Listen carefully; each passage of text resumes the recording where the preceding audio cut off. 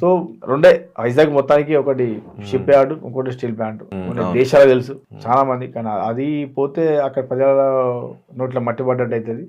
వాళ్ళకు ఆర్థికంగా ఎంతో మంది ప్రజలు, ఐ మీన్ ఎంతో మంది వర్కర్స్ దాని మీద ఆధారపడిన వాళ్ళు కూడా ఎన్నో కుటుంబాలు, చాలా కుటుంబాలు అట్లా స్టీల్ ప్లాంట్ మీద ఆధారపడి ఉన్నాయి.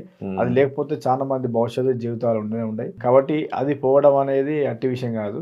సో గవర్నమెంట్ దానికి ఎక్కువ ఇబ్బంది అంటే అక్కడ ఉన్న సమస్యతోనే స్టీల్ ప్లాంట్ నడవకపోతే దాన్ని ప్రైవేటీకరణ చేద్దామన్న ఆలోచన ఉండేమన్నాడు దాకా. దాన్ని కేంద్రం ప్రభుత్వం దృష్టిలో పెట్టుకొని ఇప్పుడు చంద్రబాబు నాయుడు గారు కూడా సీరియస్ గా వర్క్ చేసి అక్కడికి బిల్లు పాస్ చేసి 11,000 కోట్లు తీసుకురావడం జరిగింది. చాలా గొప్ప విషయం. ఈ యొక్క పండగ సందర్భంగా ఆ ఏరియా ప్రజలందరికైతే శుభవార్త. అంటే వైజాగ్ ఉన్న వ్యక్తులే కాదు, చుట్టుపక్కల ఆంధ్ర సైడ్ ఉన్న టోటల్ విజయవాడ కంటే స్టార్ట్ చేస్తే ఎదంతెందుకు మన వరంగల్, ఖమ్మం నుండి కూడా అక్కడ పనిచేసి నౌకరేసేటోళ్ళు కూడా చాలా మంది కుటుంబాలు ఉన్నాయి అక్కడ. సో ఒక వైజాగ్ ప్రాంతంలో అని కాదు, చాలా మంది చుట్టుపక్కల అందరికీ కూడా చాలా ఆనందకరమైన విషయం. అది ఒక ప్రైవేటీకరణ చేస్తే మటుకు ఇలాంటి పరిస్థితి ఉండవు. ఈ రోజు వాళ్ళ సంక్రాంతి పండగ సందర్భంగా వాళ్ళ జీవితంలో కొత్త వెలుగు, నిజంగానే కొత్త వెలుగులు వచ్చినాయి. కొత్త సంవత్సరం రోజు